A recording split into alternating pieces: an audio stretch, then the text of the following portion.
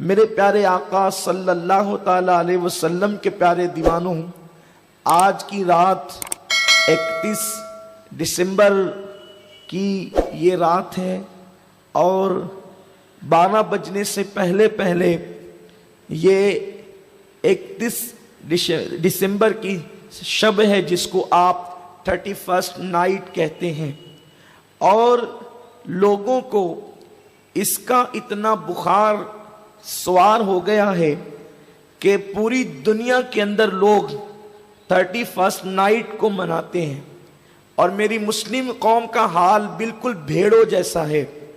جیسے بھیڑ کے آگے بکری چلتی ہے، وہ بکری ان کو جہاں لے جاتی ہے وہ سر نیچا کر کے، جس طریقے سے بھیڑیں اس کے پیچھے پیچھے جاتی ہے، چاہے اچھی جگہ ہو یا بری جگہ، بالکل مسلم قوم کا حال الا ماشاءاللہ ایسا ہی ہو گیا ہے کہ دنیا کی دوسری قومیں جہاں جا رہی ہے یہ لاشعوری طور پر انہی کے پیچھے پیچھے جانے کی کوشش کرتے ہیں، بس صرف یہ کہلانے کے لیے کہ ہم بھی کچھ ہیں اور ہمارا بھی کچھ مقام ہے، ہمارا بھی کچھ مرتبہ ہے، ہم بھی روشن خیال ہے، ہمارے پاس بھی دماغ ہے، ہمارے پاس بھی عقل ہے، ہمارے پاس بھی شعور ہے۔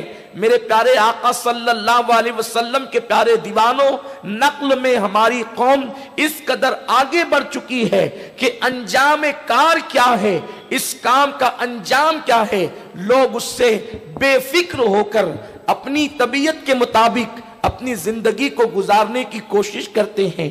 میرے پیارے آقا صلی اللہ علیہ وسلم کے پیارے دیوانوں، 31st نائٹ کی اسلام میں حیثیت کیا ہے؟ اللہ اکبر! یہ عیسائیوں کا ایک مذہبی تہوار ہے جو حضرت سیدنا عیسیٰ علیہ الصلوۃ والتسلیم کے دور نبوت و رسالت میں اس کا کوئی وجود نہ تھا۔ حضرت عیسیٰ علیہ السلام کے بعد تقریباً 550 صدیوں میں بھی اس کا کوئی وجود نہ تھا۔ اس کے بعد اسلام آیا تو اسلام کے وقت جو عیسائی موجود تھے اس وقت بھی اس کا کوئی وجود نہ تھا۔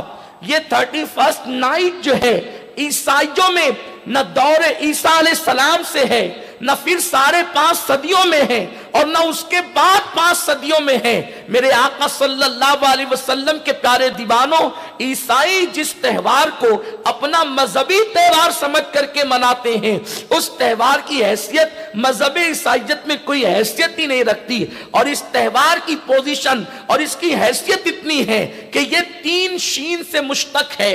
اس تہوار کے اندر بس 3 شین ہوتی ہے اور چوتھی کوئی بات نہیں ہوتی، ایک تو شراب، ایک تو شباب اور ایک شاعری۔ یہ 3 شین کا تعلق ہے اس تہوار سے جس کو آپ 31st نائٹ کہتے ہیں۔ حضرت عیسیٰ علیہ السلام جو دین لے کر کے آئے یہ وہی دین تھا جو مصطفیٰ جان رحمت لے کر آئے تھے، اس لیے کہ کوئی بھی نبی اسلام کے سوا کوئی تعلیم لے کر کے نہیں آیا، ہر نبی اسلام کی تعلیم لے کر کے آیا، بلکہ میرے اور آپ کے امام اہل سنت انبیاء کے آنے کا مقصد بیان کرتے ہیں۔ قرنوں بدلی رسولوں کی ہوتی رہی، چاند بدلی کا نکلا ہمارا نبی۔ یہ کیا مطلب ہے؟ سمجھانے کے لیے مثال عرض کروں کہ کوئی بندہ ہوتا ہے، جیسے کہ ایک وزیر ہوتا ہے، اس وزیر کی ایک مسند ہوتی ہے، یعنی کہ یوں سمجھ لے کہ ایک بادشاہ ہوتا ہے، بادشاہ کی ایک مسند ہوتی ہے، اور سارا کاروبار بادشاہ نے چلانا ہوتا ہے۔ بادشاہ کے حکم سے کھانا تقسیم ہوتا ہے، بادشاہ کے حکم سے پانی تقسیم ہوتا ہے، بادشاہ کے حکم سے زندگیاں تقسیم ہوتی ہے، بادشاہ کے حکم سے خلعتیں تقسیم ہوتی ہے، لیکن کسی حکمت کے تحت اس مسند پر بادشاہ جب نہیں بیٹھتا تو لوگ بادشاہ کی مسند پر وزیر کو بٹھاتے ہیں، لیکن وہ وزیر بادشاہ نہیں بن جاتا، بلکہ وہ وزیر بادشاہ کا نائب بن کر اس کی ذمہ داریوں کو نبھاتا ہے۔ تو یوں لوگ کہتے ہیں کہ آج بادشاہ کی بدلی پر کوئی وزیر آ گیا ہے اور وہ اس کی ذمہ داری کو نبھا رہا ہے، بلا تشبیہ بلا تمثیل۔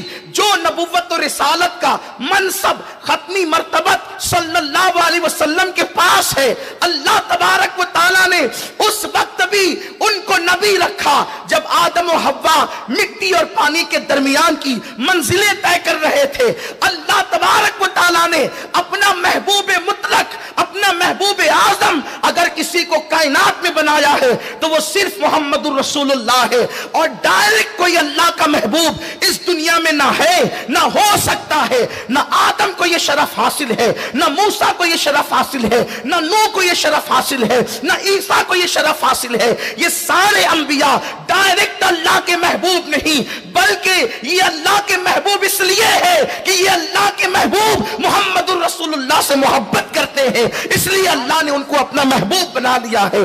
اسی لیے تو اللہ نے یوم میثاق ان سے وعدہ لیا کہ جب میں تمہیں کتاب و حکمت عطا کروں تو اور تمہارے درمیان میرا حبیب تشریف لائے تو کیا ہوگا؟ کیا تم ان پر ایمان لاؤ گے، ان کی نصرت کرو گے؟ لَتُؤْمِنُنَّ بِهِ وَلَتَنْصُرُنَّ۔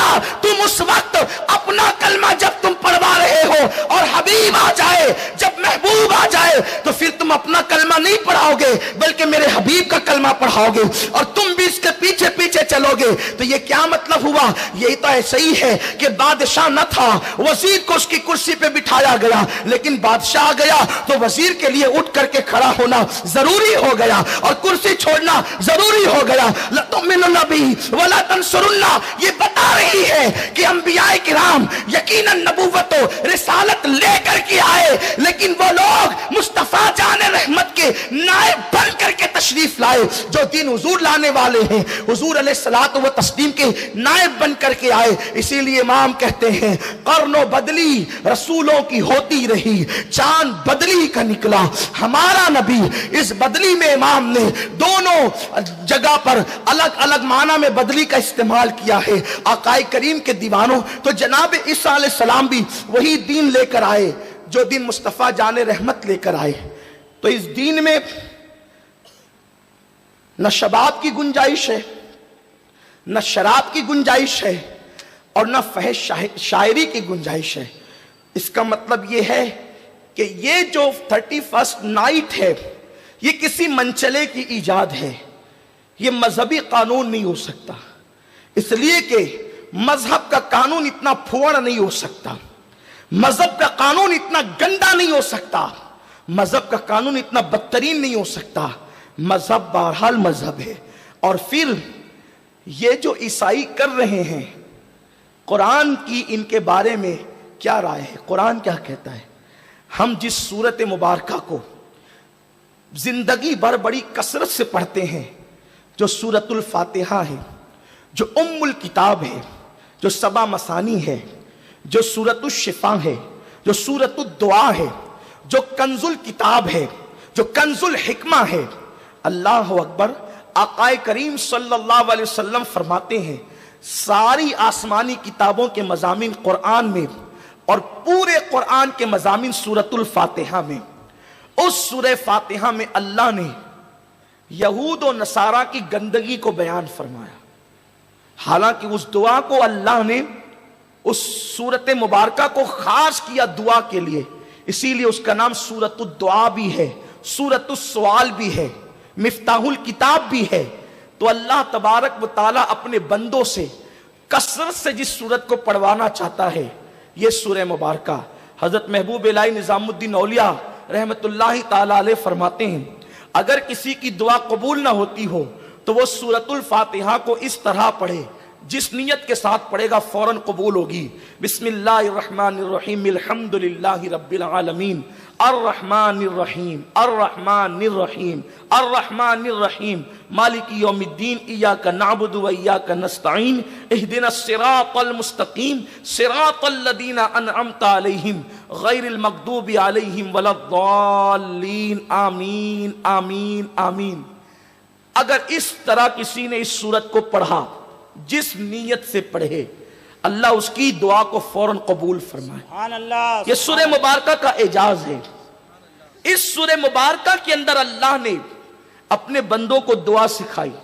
دعا ہے اہدنا الصراط المستقیم، اللہ میں سیدھا راستہ چلا صراط مستقیم پر، اور صراط مستقیم پر ہی خدا ملے گا، صراط مستقیم پر انبیاء ملیں گے، صراط مستقیم پر ہی جنت ملے گی۔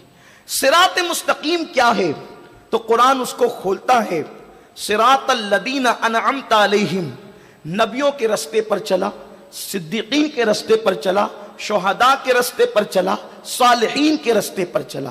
4 رستوں کو قرآن نے بیان کیا، نبیوں کا راستہ، صدیقین کا راستہ، شہداء کا راستہ، صالحین کا راستہ۔ یعنی جس راستہ تم چل رہے ہو، اگر تمہیں پتہ کرنا ہے کہ یہ راستہ صراط مستقیم ہے یا نہیں، تو پہلے دیکھو یہ نبی اس راستے پر تھے کہ نہیں تھے۔ جس راستے پر تم چل رہے ہو، یہ راہ نبیوں کی ہے کہ نہیں ہے، صدیقین کی ہے کہ نہیں ہے، شہداء کی ہے کہ نہیں ہے، صالحین کی ہے کہ نہیں ہے۔ اگر یہ راستہ ان کا راستہ ہے تو تم صراط مستقیم پر ہو۔ اور پھر قرآن نے اگلی چیز بیان کی، غیر المغضوب علیہم ولا الضالین، اللہ ہمیں ان کا راستہ نہ چلا، ٹیڑھا راستہ جو بھٹکے ہوئوں کا ہے اور جن پر تو نے غضب کیا، جن پر غضب کیا اور جو گمراہ ہو گئے، ان کا راستہ نہ چلا۔ تو یہ مغضوب کون ہے؟ مفسرین کا اس پر اتفاق ہے کہ مغضوب سے مراد یہود ہے اور ضالین سے مراد نصرانی عیسائی ہے۔ اب آپ سے میں پوچھنا چاہتا ہوں، کثرت کے ساتھ ہم دعا کرتے ہیں اللہ ہمیں یہود و نصرانی کا راستہ نہ چلا، ہمیں نبیوں کا، صدیقین کا، شہداء کا، صالحین کا راستہ چلا۔ اب آپ سے پوچھنا چاہتا ہوں، یہ 31 نائٹ جو آپ مناتے ہیں یا لوگ منا رہے ہیں، میں سوال کرنا چاہتا ہوں، یہ تو نصرانیوں کی ایجاد ہے، اور یہود و نصارہ دنیا کی وہ بدترین قوم ہے جنہوں نے انبیاء کو قتل کیا، جنہوں نے انبیاء پہ الزامات لگائے، انبیاء کی ماں پہ الزام لگایا۔ آپ جانتے ہیں یہود سے اللہ تبارک و تعالیٰ نے کتنی نفرت فرمائی اور نفرت کرنے کا حکم دیا۔ میرا رب ارشاد فرماتا ہے علیہم الذلہ والمسکنہ، کہ اللہ نے ان پہ ذلت اور غربت کو مسلط کر دیا ہے، اس لیے کہ یہ انبیاء کے قاتل ہیں، انبیاء کے گستاخ ہیں۔ اور انہی یہودیوں نے عیسائیوں کے اندر 12 فرقے پیدا کیے۔ یہ فرقوں کی بنیاد عیسائیت میں یہودیوں نے رکھی تاکہ عیسائیوں کا مذہب عیسائیوں کے ہاتھوں سے چھوٹ جائے۔ اور آج عیسائی اپنے آپ کو عیسائی تو کہتے ہیں، لیکن وہ مذہب عیسائیت پر، یعنی عیسیٰ علیہ السلام جو مذہب لے کر کے آئے، وہ اس مذہب پر نہیں بلکہ یہودیوں کے گڑے ہوئے مذہب پر وہ اپنی زندگی گزار رہے ہیں۔ میرے پیارے آقا علیہ السلام کے پیارے دیوانوں، میں ایک سوال تم سے پوچھنا چاہتا ہوں، ایک سوال آپ سے کرنا چاہتا ہوں، اگر کوئی آپ کا دشمن ہو تو کیا اس دشمن کی خوشی میں آپ شرکت کرتے ہیں یا شرکت کر سکتے ہیں؟ اگر خود کا دشمن ہو اور دشمنی صرف اتنی ہو، اتنی سی دشمنی ہو کہ آپ کے گھر کی آنگن میں اس نے کچرا لا کر کے ڈال دیا، اب آپ بتائیں اگر اس سے جھگڑا ہو گیا ہے تو وہ شادی کا کارڈ دے گا بیٹی کا، آپ شریک نہیں ہوں گے، وہ میرا دشمن ہے۔ اللہ اکبر۔ اسی طریقے سے آپ دیکھیں، اگر بچے پہ جھگڑا ہو جائے اور دشمنی ہو جائے تو آپ اس کے گھر کی خوشی میں شریک نہیں ہوتے عام طور پر، یہی تو بات ہے۔ لیکن آؤ عیسائیوں کی خوشیوں میں شریک ہونے والوں، 31 نائٹ منانے والے ان نوجوانوں سے میری گزارش ہے، اے میری قوم کے جوانوں، اگر ایمانی غیرت تمہارے اندر موجود ہے، تمہارا مذہب تو یہ کہہ رہا ہے کہ اللہ ہمیں عیسائی اور یہودی کے راستے پر نہ چلا، لیکن پھر بھی اگر اسلام اتنی بات کرتا تو یقیناً ہمارے لیے یہی قابل عمل تھی۔ قرآن کا فرمان ہمارے لیے حرف آخر ہے، قرآن کا فرمان ہمارے لیے حتمی اور یقینی ہے۔ قرآن نے جس کو دوست کہہ دیا وہ ہمارا دوست ہے، قرآن نے جس کو دشمن کہہ دیا وہ ہمارا دشمن ہے۔ غیر المغضوب علیہم ولا الضالین، عیسائیوں کے تہوار سے رکنے کے لیے کافی تھا، روکنے کے لیے کافی تھا، لیکن تم نہ رکے۔ تو آج سے میں تمہیں بتاؤں، تمہارا دنیا میں سب سے بڑا دشمن اگر کوئی ہے وہ یا تو یہودی ہے یا تو عیسائی ہے، اور اب تو یہودیوں سے بڑھ کر عیسائی جو ہے وہ تم پہ ظلم کر رہے ہیں۔ کہاں ہے وہ نوجوان؟ ان کے کانوں تک کہ میرا درد دل پہنچا دیا جائے، فقیر بے نوا کی صدا پہنچا دی جائے۔ عراق کی سرزمین پر ہونے والے ظلم پر ماتم کرنے والوں، سیریا پر لوٹنے والے دعا پر ماتم کرنے والوں، حلب کی تباہی پر ماتم کرنے والوں، یمن کی بستی کو قبرستان میں تبدیل ہونے پر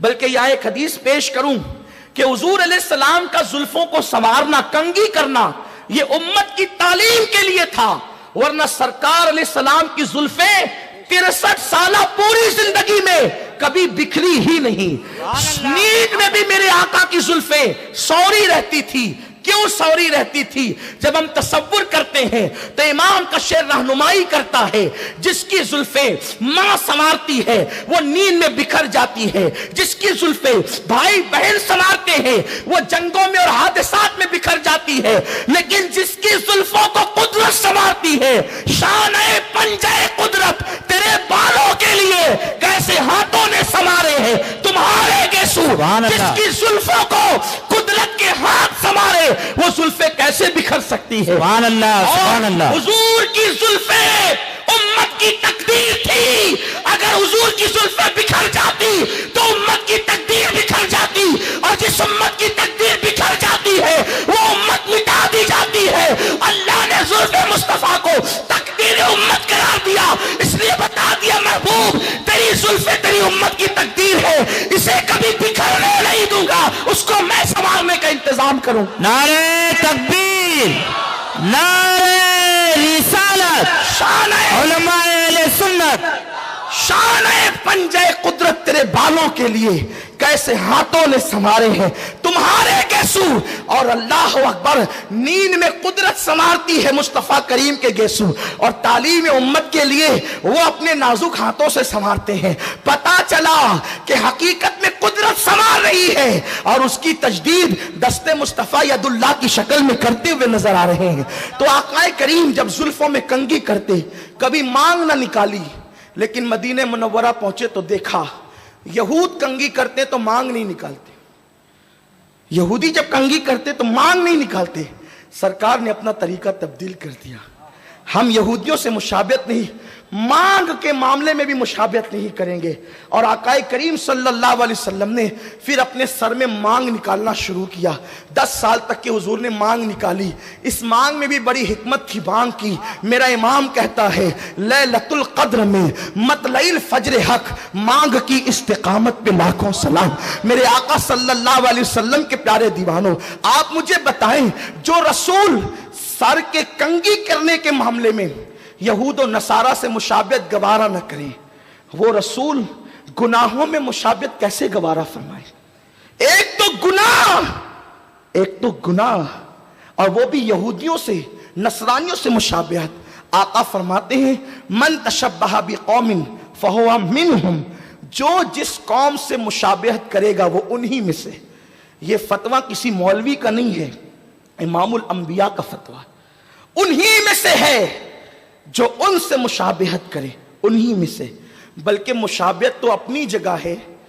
امام غزالی رحمت اللہ علیہ ایک واقعہ لکھتے ہیں، بڑا دردناک واقعہ ہے کہ ایک بہت بڑا محدث عالم اور فقیہ جب مرا تو کفر پر مرا، کفر پر اس کا انتقال ہوا۔ لوگوں نے اس کی بیوی سے پوچھا کہ آخر کیا اس کا گناہ تھا کہ اتنا بڑا عالم اور فقیہ کفر پر مرا؟ تو اس کی بیوی نے کہا نیک تو بڑا تھا، پارسا تو بڑا تھا، لیکن جب وہ غسل جنابت کرنے جاتا سردیوں میں تو ٹھنڈے پانی کو دیکھ کر کہتا یار عیسائیوں کے یہاں یہ بہت اچھی بات ہے کہ ان کے یہاں غسل جنابت نہیں ہے اور ہمارے یہاں غسل جنابت ہے۔ حالانکہ وہ غسل جنابت کرتا، اس سے رکتا نہیں، لیکن عیسائیوں کی ایک مذہبی چیز کی وہ تعریف کرتا جو ان کے مذہب کی طرف منسوب ہے۔ امام غزالی فرماتے ہیں اس کی بیوی نے کہا مجھے ڈر ہے کہ بس اس میں یہی ایک عیب تھا کہ عیسائیوں کی ایک مذہبی بات کی وہ تائید کرتا تھا اور تعریف کرتا تھا جو انہوں نے خود گڑھ رکھی ہے کہ ان کے مذہب میں غسل جنابت نہیں، تو کہتا تھا بہت اچھا ہے ان کے مذہب میں معاذ اللہ غسل جنابت نہیں ہے۔ تو اسی برے فعل کی وجہ سے جب وہ مرا تو کافر ہو کر کے مرا۔ میں آپ سے پوچھنا چاہتا ہوں اس نے عمل نہیں کیا عیسائیوں کے اس فعل پر، بلکہ اس کی تعریف کی اور اسلام کے مقابلے میں تعریف کی، اور اسلام کی ایک حسین چیز کو اس نے معاذ اللہ کبھی بتا کر یا بوجھ بتا کر یا اپنے اوپر معاذ اللہ زبردستی بتا کر اس نے عیسائیوں کی ایک چیز کی بار بار تعریف کی، تو اللہ نے اللہ اکبر اس کے اس منحوس قول کی وجہ سے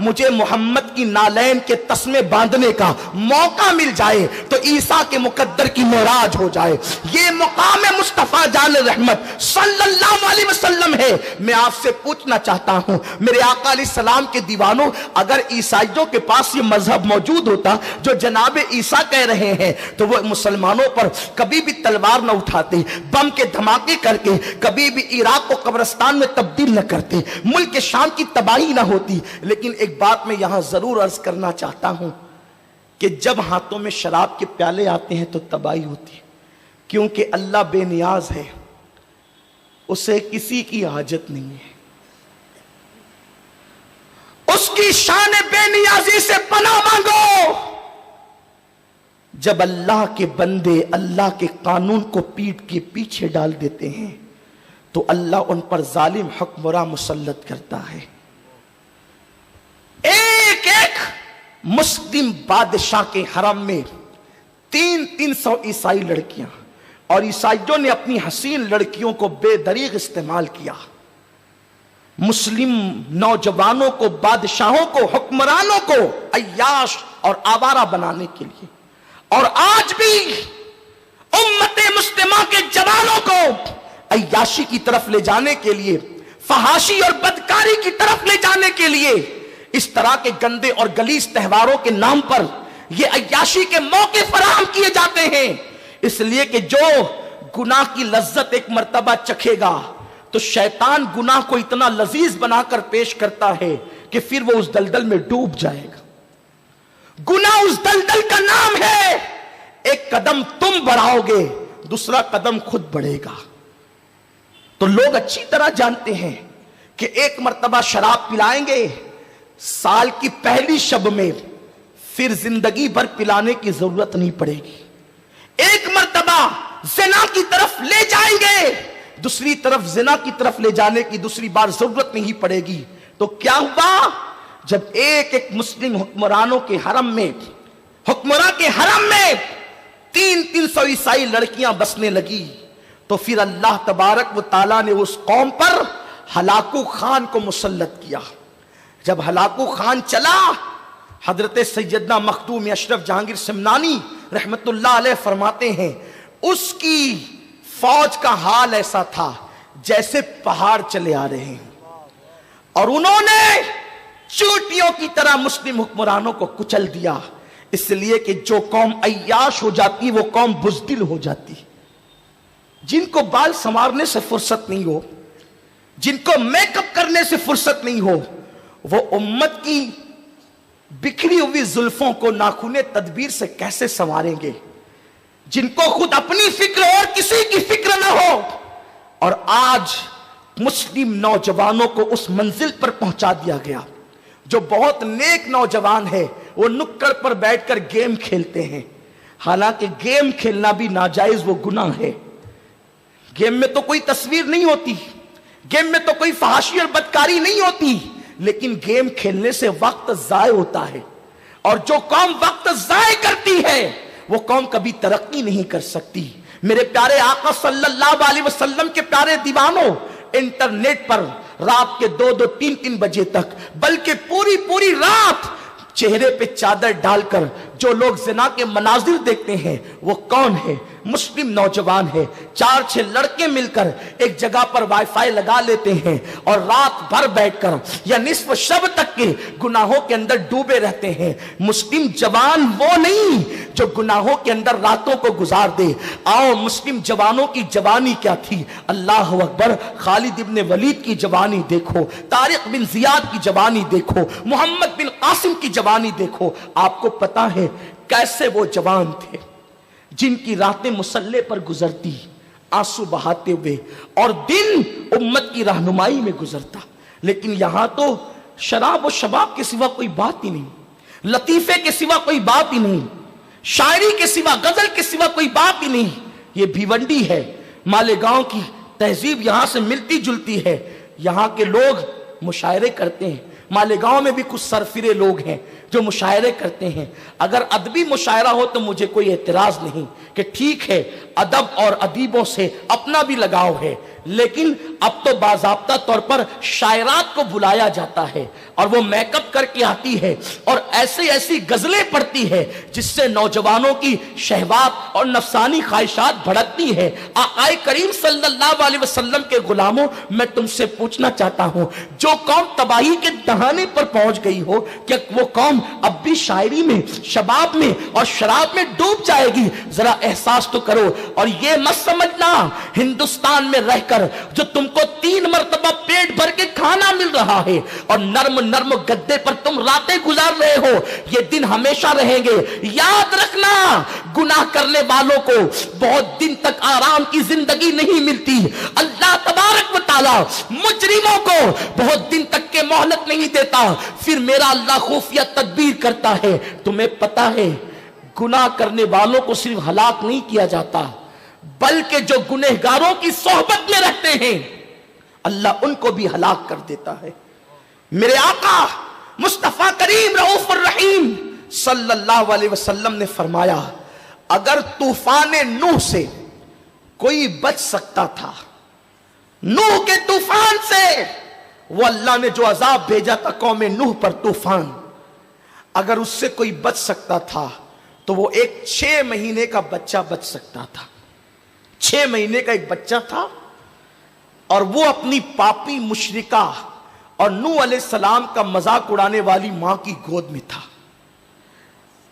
جب طوفان آیا، زمین سے پانی نکلا، آسمانوں سے پانی برسا، حتیٰ کہ روایتوں میں یہاں تک آیا ہے کہ جو جلتے ہوئے تندور تھے اس سے بھی پانی نکلنے لگا، اور اس عذاب کے اندر حضرت نوح کی بیوی بھی ڈوب گئی، نوح کی بیوی بھی ڈوب گئی، نوح علیہ السلام کا بیٹا بھی ڈوب گیا۔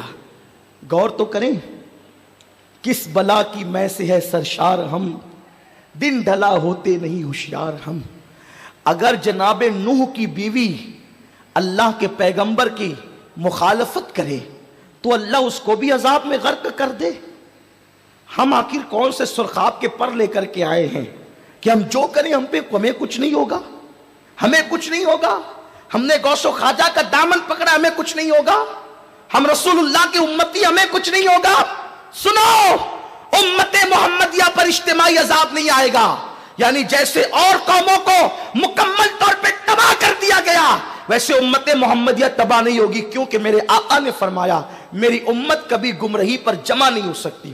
جب امتی گمراہی پر ساری امت جمع نہیں ہوگی تو یہ ہلاک بھی نہیں ہوں گے، یہ مخالفت کریں گے گمراہوں کی تو ہلاک نہیں ہوں گے، لیکن اجتماعی عذاب نہیں آ سکتا، انفرادی عذاب آ سکتا ہے۔ تم خود گناہ کرو گے تو ہلاک کر دیے جاؤ گے، تباہ اور برباد کر دیے جاؤ گے۔ میرے آقا فرماتے ہیں طوفان نوح سے اگر کوئی بچ سکتا تھا تو ایک 6 مہینے کا بچہ، لیکن وہ بھی نہیں بچا۔ ایک ماں جو جناب نوح کی نافرمان تھی، ان کا مذاق اڑانے والی اور قوم نوح کا ساتھ دینے والی تھی، وہ اپنے بچے کو گود میں لے کر کے بھاگی اور ایک ٹیلے پر چڑھ گئی، پانی وہاں تک پہنچا، اس کے گود میں بچہ تھا۔ آقا فرماتے ہیں کمر تک پانی ہوا تو اس نے بچے کو اٹھایا، پھر اور اوپر پانی ہوا تو اس نے کندھے پہ بٹھایا، کندھوں تک پانی گیا تو اس نے سر پہ بٹھایا، لیکن جب سر تک پانی گیا تو بچہ بھی ڈوب گیا، اس کی ماں بھی ڈوب گئی۔ شارحین کہتے ہیں بچے کا قصور کیا تھا؟ وہ تو 6 مہینے کا بچہ تھا۔ امام ابن جریر طبری فرماتے ہیں وہ 6 مہینے کا بچہ تھا، اس کا قصور کیا تھا؟ وہ کیوں ڈوب گیا؟ اس کے ڈوبنے کی وجہ کیا تھی؟ تو خود ہی جواب دیتے ہیں وہ بچہ تو بے قصور تھا، لیکن جس کے سر پہ بیٹھا تھا وہ سر قصوروار تھا، وہ سر مجرم تھا، وہ سر گنہگار تھا۔ تو گنہگار کے وجود سے اس کا جسم مس تھا، اس لیے اللہ نے اس کو بھی غرق کر دیا۔ مجھے بتاؤ میرے پیارے آقا صلی اللہ علیہ وسلم کے دیوانوں، ایک 6 مہینے کا بچہ ایک مجرمہ کی گود میں ہو، اس کے سر پہ ہو، اس کے کندھے پہ ہو، تو اللہ اس بچے کو بھی عذاب میں گرفتار کرتا ہے. اور ہم تو کن جرائم کی طرف جا رہے ہیں؟ اللہ اکبر. جن جرائم کو، بلکہ جس جرم کو آقا نے ام الخبائث کہا ہے، آپ جانتے ہیں آقا کریم رؤوف الرحیم صلی اللہ علیہ وسلم فرماتے ہیں کہ میرے اللہ نے مجھے بیان کیا اور میرے اللہ نے مجھ سے یہ کہا، مجھے اپنے عزت و جلال کی قسم، مجھے میری کبریائی کی قسم، اے محبوب تیرا کوئی امتی جتنا شراب پیے گا، جتنی مقدار میں شراب پیے گا، اتنی ہی مقدار کے اندر میں اس کو جہنمیوں کا پیپ پلاؤں گا. اور اللہ عز و جل نے فرمایا حبیب جو تیرا کوئی امتی شراب جتنی مقدار میں پیے گا، میں اتنی مقدار میں اس کو جہنمیوں کا پیپ پلاؤں گا اور اس پر جنت کی خوشبو کو بھی حرام کر دوں گا. میرے آقا صلی اللہ علیہ وسلم کے پیارے دیوانوں، یہ کون کہہ رہا ہے؟ یہ وہ رحمتیں تمام کہہ رہا ہے جو پوری رات تک کے امت کی مغفرت کے لیے دعا کرتے رہے. لوگوں، آج ہمیں نشے کی طرف لے جایا جا رہا ہے. ہمارے چھوٹی چھوٹی عمر کے جوانوں کو نشے کی طرف لے جانے کی کوشش کی جا رہی ہے. یاد رکھو حضرت سیدنا عثمان غنی، عثمان ذو النورین رضی اللہ تعالیٰ عنہ ارشاد فرماتے ہیں، ایک نوجوان ایک عورت کے ہاتھ لگ گیا، اور جب اس کے ہاتھ لگا تو اس عورت نے اس جوان کو پکڑ لیا، اور پکڑنے کے بعد اس کو کہا دیکھو یا تو تم میرے بت کو سجدہ کرو، یا تو تم میرے بچے کو قتل کرو، یا پھر تم شراب پیو. حضرت عثمان ذو النورین کہتے ہیں وہ جوان نے سوچا بت کو سجدہ کرنے سے مشرک ہو جاؤں گا، ایمان چلا جائے گا. اور فرماتے ہیں حضرت عثمان غنی اس جوان نے سوچا بچے کا ناحق قتل کروں گا تو یہ قتل بھی جنت سے محروم کر دے گا، سب سے چھوٹی چیز شراب ہے، چلو شراب کے چند گھوٹ پینے سے جاتا کیا ہے. اس جوان نے شراب کا ایک پیالہ پیا اور دوسرے کا مطالبہ کیا، دوسرا پیا تو تیسرے کا مطالبہ کیا، حتیٰ کہ شراب کے نشے میں بد مست ہو گیا. اور جب وہ شراب کے نشے میں ڈوب گیا تو اس وقت اس عورت نے اللہ اکبر اس سے اپنے آپ سے زنا بھی کروایا، بچے کا قتل بھی کروایا اور اپنے بت کو سجدہ بھی کروایا. میرے آقا صلی اللہ علیہ وسلم کے دیوانوں، میں آپ سے پوچھنا چاہتا ہوں، یہ شراب ام الخبائث ہے، یہ تباہی اور بربادی کے دہانے پر لے جانے کی چیز ہے. نشہ اللہ اکبر ہمارے جوانوں کو تباہی کے دہانے پر پہنچا رہا ہے. آئیے اپنے آقا کریم کی امت کو گناہ سے بچانے کے لیے آج ہم عہد کریں. حالانکہ یہ نیا سال ہمارا نیا سال نہیں ہے، شریعت عیسوی منسوخ ہو چکی ہے، لیکن اگر عرف میں پہچان کے لیے کوئی اس کو نیا سال کہتا ہے تو ٹھیک ہے، کوئی بات نہیں.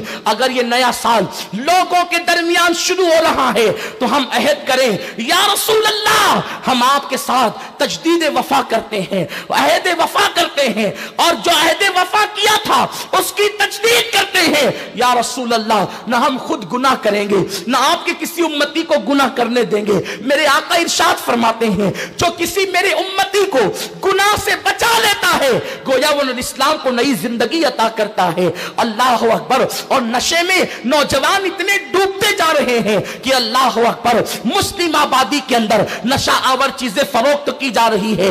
منصوبہ بند طریقے سے مسلم نوجوانوں کو نشے کا عادی بنایا جا رہا ہے. میں والدین سے کہوں گا بالخصوص کالجوں کے اندر جاسوس چھوڑے جا رہے ہیں، یونیورسٹیوں میں جاسوس چھوڑے جا رہے ہیں کہ مسلمانوں کا کون سا بچہ ہے جو پڑھ لکھ کر کے ترقی کر سکتا ہے، بلندی پر جا سکتا ہے، اور وہ اللہ اکبر قوم کی قسمت کے ستارے کو اللہ اکبر اوج سریا تک جو ہے وہ لے جانے کی کوشش کر سکتا ہے. ایسے نوجوانوں کو دو چیزوں میں ملوث کیا جا رہا ہے. ملک کی دہشت گرد اور فرقہ پرست تنظیمیں ان نوجوانوں کے درمیان لڑکے بھی بھیجتے ہیں اور لڑکیاں بھی بھیجتی ہیں. خاص طور پر میرے جو نوجوان یونیورسٹی اور کالج میں پہنچ کر سوچتے ہیں کہ ہم نے کالج اور یونیورسٹی میں پہنچ گئے تو اب ہم گویا کہ کوئی تیسری مخلوق ہو گئے ہیں، ہمیں ان لوگوں سے کیا لینا، یہ لوم چلانے والے بیکورڈ ہیں، یہ اللہ اکبر گھریلو کام کاج کرنے والے معاذ اللہ ذلیل اور رسوا لوگ ہیں، اور وہ اپنی آپ کو بہت ہائی کوالٹی کے لوگ سمجھتے ہیں. یاد رکھنا کسی مسلمان کو حقیر نہ سمجھنا. جس کو اللہ نے امت محمدیہ میں پیدا کیا یہ اس کی سب سے بڑی فضیلت ہے، جس کو قرآن میں اللہ نے یا ایھا الذین آمنوا کا خطاب عطا فرمایا۔ ان سے بڑھ کر کے وی آئی پی کون ہوگا؟ ان سے بڑھ کر عظمت والا کون ہوگا؟ ان سے بڑھ کر بزرگی والا کون ہوگا؟ میرے آقا صلی اللہ علیہ وسلم کے دیوانوں، تو میری قوم کے کچھ نوجوان اپنے آپ کو روشن خیال تصور کرتے ہیں۔ یہ روشن خیالی نہیں، یہ فکر کی تاریکی ہے، یہ فکر کا بودا پن ہے۔ مسلم مذہبی جوانوں سے دوستیاں توڑ کر مشرک جوانوں سے دوستیاں جوڑتے ہیں، ان کی طرح کھائیں گے، ان کی طرح رہیں گے، محلے میں آدھی آدھی چڈی پہن کر گھومنے میں فخر محسوس کرتے۔ او بدبختو، اللہ کے حبیب صلی اللہ تعالی علیہ وسلم نے ارشاد فرمایا کہ جب جب کافر، جو تم دوست بناتے ہو نا کافروں کو دوست مت بناؤ۔ جب جب تمہیں اچھائی پہنچے گی تو کافر کو برا لگے گا، جب تمہیں خوشی ہوگی تو اس کو غم ہوگا، اور جب تمہیں غم ہوگا اسے خوشی ہوگی۔ کافر کبھی مومن کا دوست نہیں ہو سکتا۔ اللہ پاک قرآن میں فرماتا ہے وَلَن تَرْضَىٰ عَنْكَ الْيَهُودَ وَلَا النَّصَارَىٰ حَتَّىٰ تَتَّبِعَ مِلَّتَهُمْ۔ یہودی اور نصرانی تم سے کبھی یہ کفر کی دنیا خوش نہیں ہو سکتی جب تک کہ تم خود ان کا مذہب اختیار نہ کر لو۔ تم ان سے دوستی کر کے یہ سوچتے ہو ہم روشن خیال ہیں، یہ خیالات کی تاریکی ہے، تاریکی۔ اللہ رب العزت نے کافروں کی محبت اور مودت سے منع فرمایا۔ ضرورت کے مطابق جیسے کام کے لیے کسی سے سامنا پڑتا ہے بس اتنا، ان کو دوست مت بناؤ۔ دوست تو کہتے ہیں جس سے محبت کی جائے، جس سے پیار کیا جائے، اور جب دوستی ہوتی ہے تو پھر ان کے تہواروں میں بھی جاتے ہو۔ مشرکین کے تہواروں میں مسلم نوجوان جاتے ہیں اور اپنے ہاتھوں کے اندر گنڈے بندواتے ہیں، میں اس کا نام نہیں لوں گا، آپ کو پتا ہے۔ دوست کی بہن بھی دوست بہن ہو گئی اور اس کے ہاتھوں سے راکھیاں بندوائی جاتی ہے۔ یہ کفر ہے، اس لیے کہ یہ شعار کفر ہے، اس لیے فقہا نے فرمایا کفر ہے۔ حضرت مجدد الفسانی شیخ احمد سرہندی رحمت اللہ علیہ فرماتے ہیں جو مشرکین کے تہوار میں جائز سمجھ کر شرکت کرے یہ بھی کفر ہے۔ امام اہل سنت اعلی حضرت نے یہاں تک لکھا کہ جن دنوں مشرکین تہوار کے موقع پہ مٹھائی خریدتے ہیں، ان کی مشابہت اختیار کرنے کے لیے اس تہوار کے موقع پہ جو مٹھائی خریدے گا یہ بھی کفر ہے۔ ایمان اور کفر میں اتنا باریک اور کمزور رشتہ ہے، جیسے آٹے سے بال نکل جاتا ہے خبر نہیں ہوتی، ویسے دلوں سے ایمان نکل جاتا ہے۔ مشرکین کے تہوار کے موقع پر ان سے مشابہت اختیار کرتے ہوئے مٹھائی خریدنا کفر ہے، تو یہ جو ناچ رہے ہو یہ کیا ہے؟ یہ جو میوزک بجا رہے ہو یہ کیا ہے؟ یہ جو شراب کی محفلیں سجا رہے ہو یہ کیا ہے؟ یہ جو پٹاخے پھوڑ رہے ہو یہ کیا ہے؟ ارے جو مذہب مصطفیٰ جان رحمت کی میلاد کے موقع پر پٹاخے پھوڑنے کی اجازت نہیں دیتا، وہ 31 نائٹ کو پٹاخے پھوڑنے کی اجازت کیسے دے سکتا ہے؟ جو مذہب مصطفیٰ جان رحمت کی ولادت کی خوشی کے موقع پر، حضور کی ولادت کا ذکر اس لیے کر رہا ہوں کہ مسلمانوں کا سب سے بڑا تہوار، عید سے بھی بڑا، بقرعید سے بھی بڑا، لیلۃ القدر سے بھی بڑا اگر کوئی تہوار ہے تو میلاد مصطفیٰ ہے، کیونکہ یہ میلاد النبی کی شب 1000 شبائے قدر سے افضل ہے، ایک نہیں 1000 شبائے قدر سے افضل ہے۔ اور اس کو صرف سنی علماء نے نہیں بلکہ مولوی اشرف علی تھانوی نے بھی لکھا کہ شب میلاد 1000 شبائے قدر سے افضل ہے، بلکہ وہ تو یہ بھی کہتے ہیں کہ شب جمعہ بھی شب قدر سے افضل ہے۔ مولوی اشرف علی تھانوی صاحب اعلیٰ حضرت نے بھی اس کو لکھا کہ شب جمعہ شب قدر سے افضل ہے، امام احمد ابن حنبل کے حوالے سے۔ مدارج النبوہ میں شیخ عبدالحق نے بھی لکھا کہ شب جمعہ کیوں؟ اور میرے امام نے تو لکھنے کا حق ادا کیا، فرماتے شب جمعہ شب قدر سے افضل اس لیے ہے کہ شب جمعہ ہی میں نور محمدی عبداللہ کی پیشانی سے رضی اللہ تعالیٰ عنہ سلام اللہ علیہ، ان کی پیشانی سے نور نکل کر سیدہ آمنہ سلام اللہ علیہ کے پیٹ میں آیا۔ تب اعلیٰ حضرت کا قلم بھی تو قلم ہے نا، اعلیٰ حضرت فرماتے ہیں اس شب جو نعمت مسلمانوں کو ملی اب قیامت تک یہ نعمت کب مل سکتی ہے؟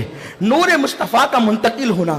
تو نور شکم آمنہ میں آیا, وہ رات شب قدر سے افضل ہو گئی. اور جس دن وہ نور زمین پہ قدم رنجا ہوا, وہ دن ساری عیدوں سے بڑھ کر عیدوں کی عید ہو گیا. لوگ کہتے ہیں قرآن کے اندر عید میلاد کا ذکر کہا ہے. میں نے کہا پڑھ سورہ والضحیٰ.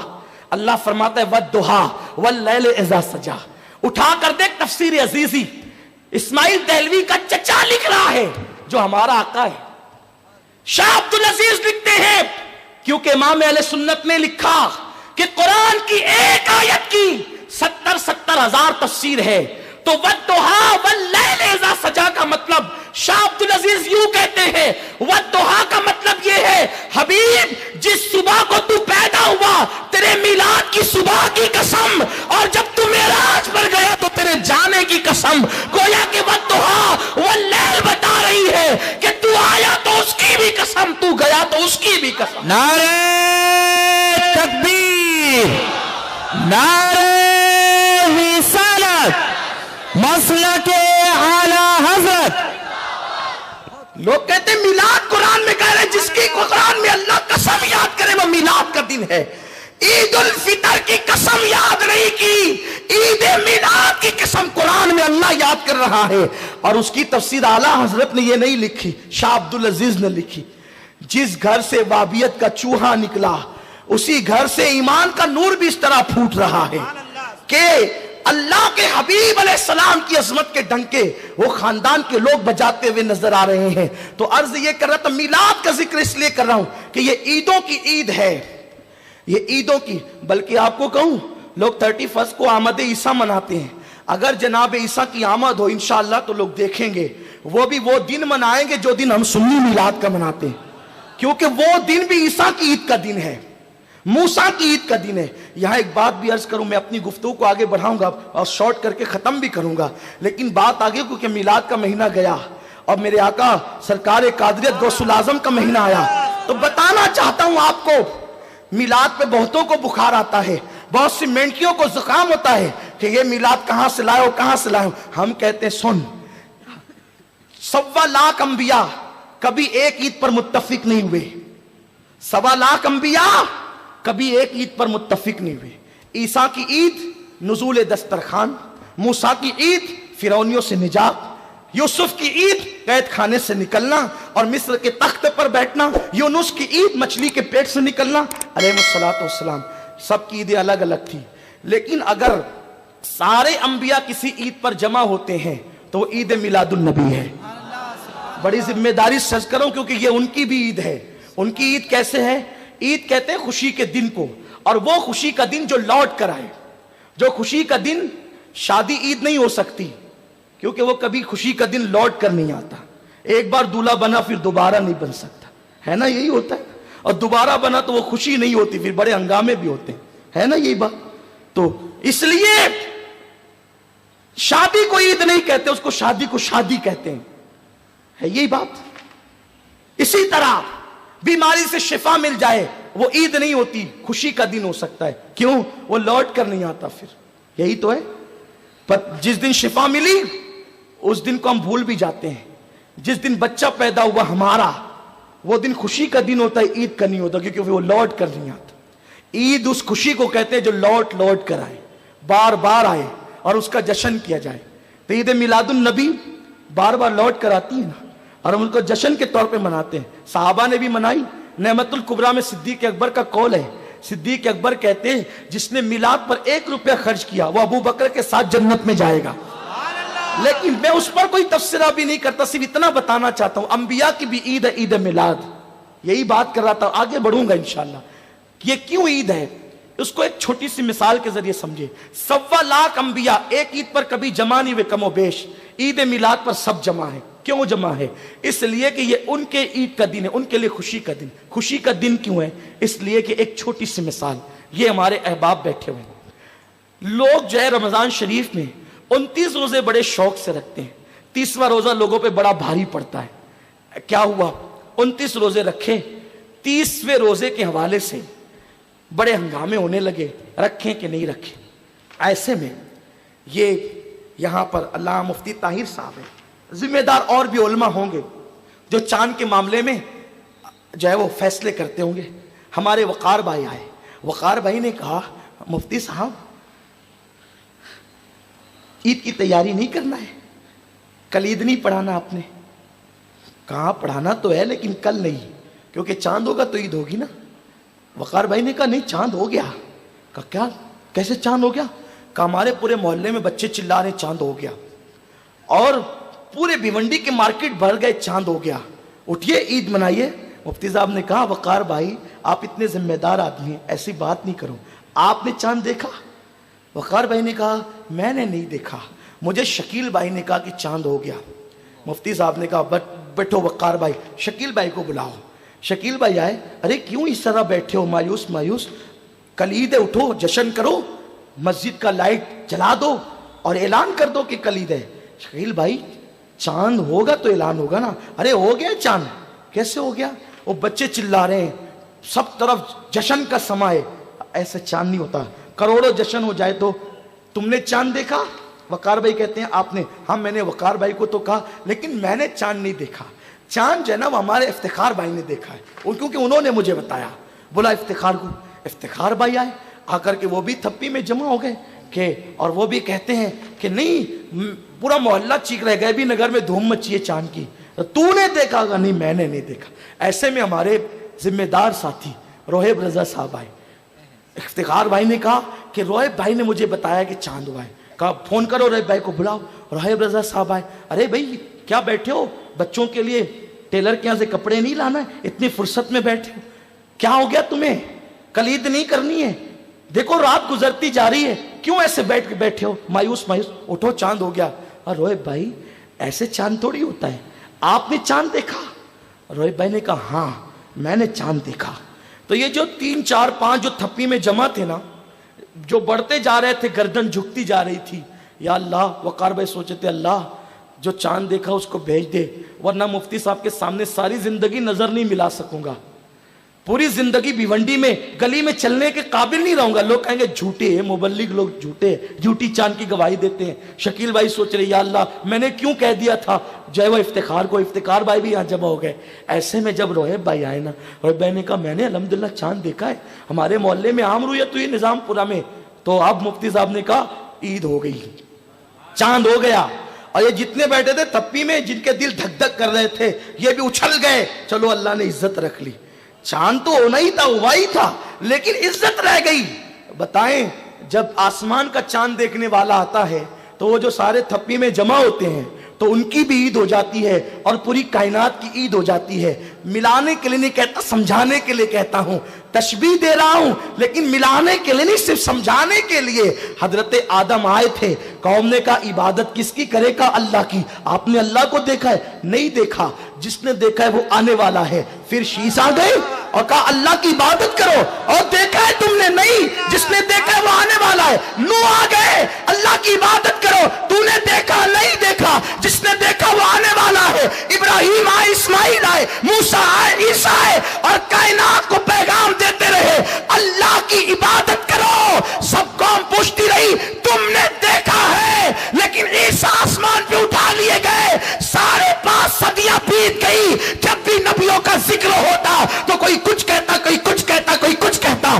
انبیاء قطار میں تھے اور عرض کرتے تھے مولا ہم نے کوئی جھوٹ تو نہیں کہا, کسی کے کہنے پر تیرے ہونے کی گواہی دی. اور اس وقت مصطفیٰ کریم مکے میں آئے تو اس وقت لوگوں کو کہا اللہ کی عبادت کرو, تو لوگوں نے کہا 1.25 لاکھ نے یہی کہا تھا اللہ کو تو نے دیکھا بھی ہے؟ حضور فرماتے ہاں میں دیکھ کر کے آ رہا ہوں, اس لیے تو گواہی دے. اللہ, نعرہ تکبیر, نعرہ رسالت. ارے آسمان کا چاند دیکھنے والا آتا ہے تو کونین کی عید ہو جاتی ہے. جو خدا کو دیکھ کر کے آئے پھر اس دن کونین کی عید کیوں نہیں ہو سکتی؟ اسی لیے تو مفتی احمد یار خنیمی کہتے ہیں دلوں کے گلشن مہک رہے ہیں, یہ کیف کیوں آ جا رہے ہیں؟ کچھ ایسا محسوس ہو رہا ہے حضور تشریف لا رہے ہیں. نثار تیری چہل پہل پر ہزاروں عید ربیع الاول سوائے ابلیس کے جہاں میں سبھی تو خوشیاں منا رہے ہیں. تو میلاد النبی پر اتنی بڑی خوشی پر جب ہم شراب نہیں پیتے تو 31 پہ شراب کیوں؟ ہمارا مذہب ہمیں میلاد مصطفیٰ پہ شراب پینے کی کتنی خوشی کا دن ہے. ہمارے یہاں خوشی اور غم کا کی ایک حد ہے. والحافظون لحدود اللہ، اللہ کی حدوں کی حفاظت کرو. وبشر المومنین کرو گے تو اللہ تمہیں بشارت دیتا ہے. میرے آقا علیہ السلام کے دیوانوں، تو جاتے جاتے ایک بات بس آپ کو عرض کروں، شراب سے بچو. شراب تباہی کے دہانے پر لے جائے گی. اور زندگی میں اگر کوئی شباب کی طرف آپ کو دعوت دے، کالج اور یونیورسٹیوں میں لڑکے اور لڑکیاں چھوڑی جا رہی ہے تاکہ وہ تمہیں پڑھنے والے بچوں کو شراب کا عادی بنا دے، نشے کا، اور لڑکیاں اپنے دام تزویر میں، اپنے دام فریب میں گرفتار کر کے تمہارے ذہن کو پڑھائی سے ہٹا سکے. اسی لیے اسلام نے کہا، آقا نے فرمایا کہ اگر کوئی حسینہ تمہیں گناہ کی دعوت دے تو اس وقت جو یہ کہے کہ میں اللہ سے ڈرتا ہوں اور وہ گناہ نہ کرے، آقا فرماتے ہیں ایسا جوان قیامت کے دن عرش کے سائے میں رکھا جائے گا. اور ایک حدیث پڑھ کر اپنی گفتگو کو تمام کروں. یاد رکھیں، جب بھی تنہائی میں ایسا موقع آئے کہ دل گناہ کرنا چاہے یا کوئی گناہ کی دعوت دے تو یہ سوچ کر کے اللہ دیکھ رہا ہے، بس گناہ چھوڑ دے. اگر چھوڑ دیا وہ دن ہمارے لیے نجات کا دن ہوگا. اس لیے کہ آج نوجوان نیکیوں کی طرف رغبت کرتے ہیں، ایک حد تک نماز بھی پڑھتے ہیں، روزے کی بھی پابندی کرتے ہیں، محفلوں میں بھی آتے ہیں. حد تو یہ ہے کہ جو بیچارے ادھر نہیں جاتے وہی ہم لوگوں کے اجتماع میں آتے ہیں. کاش کہ اللہ ان لوگوں کے کان تک یہ بات پہنچا دے جو لوگ ادھر جاتے ہیں. یہ میری قوم کے جوان ادھر جانے والے نہیں ہیں، اور انشاءاللہ یہی ہمارا سرمایہ ہے، یہی نوجوان ہمارا سرمایہ ہے.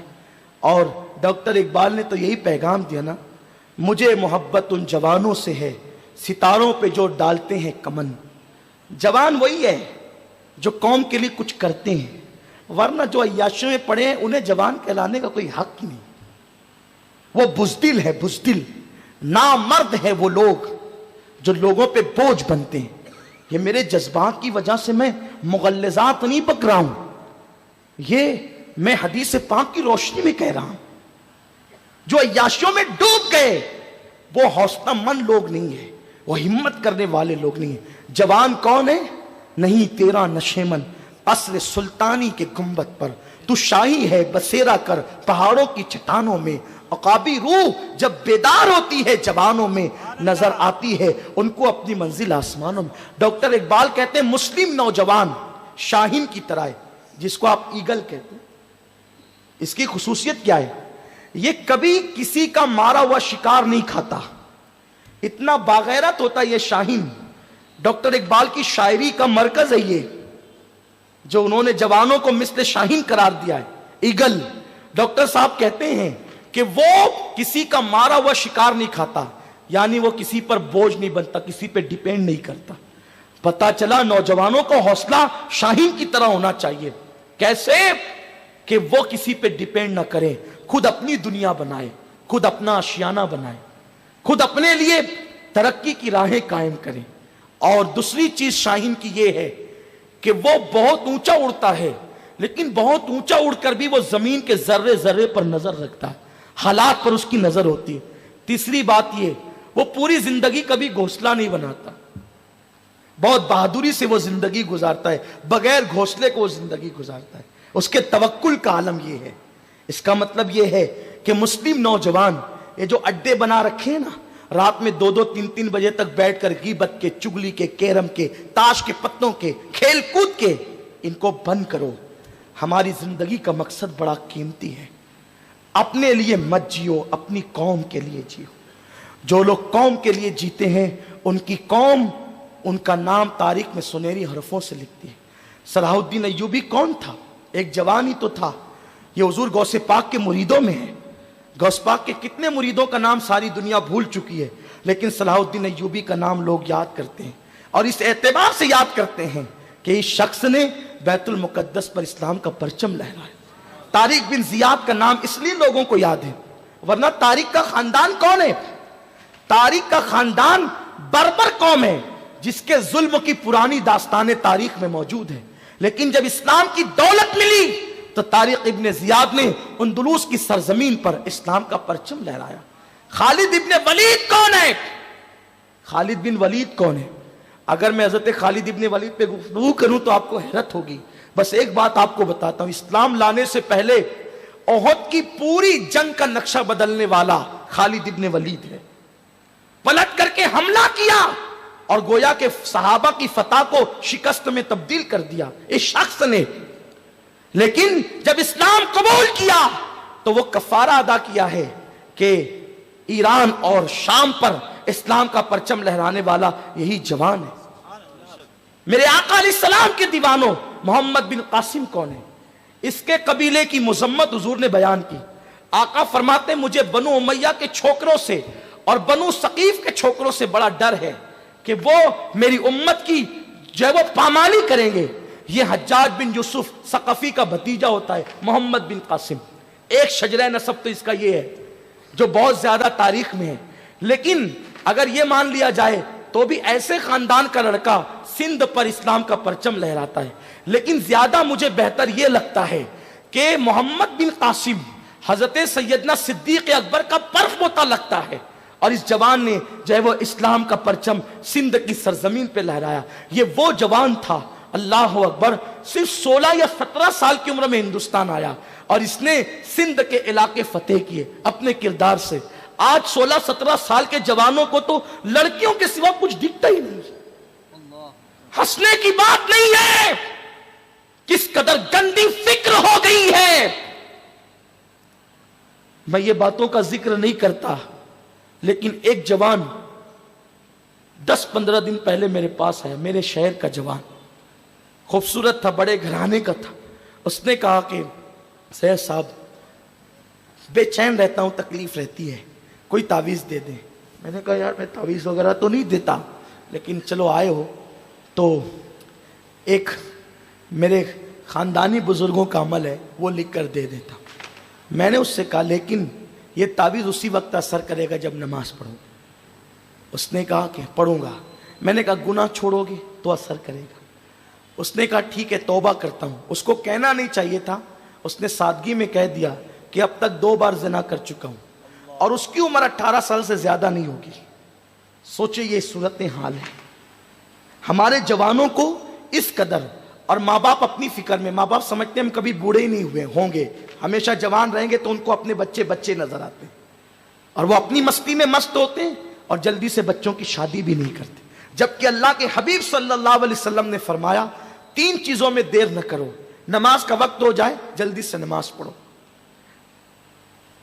جنازہ تیار ہو تدفین میں تاخیر مت کرو، بیٹا بیٹی بالغ ہو جائے تو ان کے نکاح کر دو. ابھی کہتے ہیں ہمارا بیٹا پیر پہ کھڑا ہوگا اور وہ یہ بنے گا وہ بنے گا. سب اپنی جگہ ہے، حالات تو دیکھو. 1450 سال پہلے آقا نے فرمایا بیٹا بیٹی کی شادی میں جلدی کرو، بالغ ہو جائے تو نکاح کر دو. اس کا مطلب یہ ہے کہ نکاح کے بعد بھی تو بیٹا پڑھائی کر سکتا ہے، اور لوگوں نے کیا ہے پڑھائی. بڑے بڑے بزرگوں کی تاریخ ہے. امام اعظم ابو حنیفہ نے اپنی تعلیم نکاح کے بعد مکمل کی ہے. پڑھائی آپ نے جو ہے وہ شادی کے بعد مکمل کی ہے. حضرت امام اعظم امام الائمہ سراج الامہ کاشف الغمہ، وہ امام اعظم جس نے کم و بیش 100 مرتبہ خواب میں اللہ کا دیدار کیا. امام اعظم ابو حنیفہ رحمت اللہ تعالی علیہ. اور زندگیاں اس طریقے سے تمام ہو گئی علم حاصل کرنے میں. ہمارے ایک مزاج بنائے کہ جب تک ڈگری نہیں ملیں گی شادی نہیں کریں گے. اور یہ بات بڑی معذرت کے ساتھ، ڈگری ملتے ملتے وہ کنوارے پن کی ڈگری کھو دیتے ہیں اور وہ سب کچھ کر لیتے ہیں جو شادی کے بعد لوگ کرتے ہیں. یہ ہنسنے کا موقع نہیں ہے، یہ بڑی تکلیف کی بات ہے. تو یاد رکھیے میرے آقا صلی اللہ علیہ وسلم کے دیوانوں، بس ایک بات جو حدیث اختتام پہ پڑھنا چاہتا ہوں وہ یہ ہے کہ اگر کوئی لڑکی، کوئی عورت، کوئی حسن ہمیں گناہ کی دعوت دے تو یہ سوچ کر کہ اللہ دیکھ رہا ہے. بس نیکیاں کرنے سے زیادہ اللہ کو گناہ سے بچنا پسند ہے. گناہوں سے ہم بچنے کی کوشش کریں، دعا کریں کہ اللہ ہمیں اپنے دامن کو گناہوں سے بچانے کی توفیق عطا فرمائے. حضرت عبداللہ ابن عمر چھوٹی عمر کے صحابی ہیں، فرماتے ہیں کہ اس حدیث کو حضور علیہ السلام سے میں نے کم و بیش 7 مرتبہ سنا. بچہ تھا اس کے بعد بھی اتنی کثرت سے حضور اس حدیث کو بیان کرتے تھے کہ میں نے 7 مرتبہ سنا. امام ابن الجوزی اس حدیث کو لکھتے ہیں کہ آقا کریم نے فرمایا کہ کفل بنی اسرائیل میں ایک جوان تھا اور اس کو گناہ کی عادت تھی.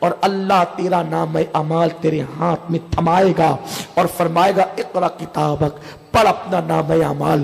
تو مسلمانوں، ہم اپنے منہ میں، اپنی زبان میں وہ طاقت کہاں سے لائیں گے کہ اللہ کی بارگاہ میں اس کے سامنے پیشی ہے اور اس کی بارگاہ میں پڑھ کر سنائیں کہ ہم نے زنا کیا تھا، ہم نے عورتوں پہ بد نظری کی تھی، ہم نے گناہ کیا تھا۔ سوچو تو صحیح، اس دن کو سوچو، کون سا وہ دن ہوگا۔ صرف تفسیر سے ایک بات عرض کروں کہ قیامت میں اللہ اگر کسی نبی سے بھی پوچھ لینا سوال، جو معصوم ہے، انبیاء سب کے سب معصوم ہیں، نبی کبھی گناہ نہیں کرتے، لیکن تفاسیر میں آیا ہے کہ اللہ قیامت کے دن حضرت عیسیٰ سے پوچھے گا ایک سوال، صرف ایک سوال۔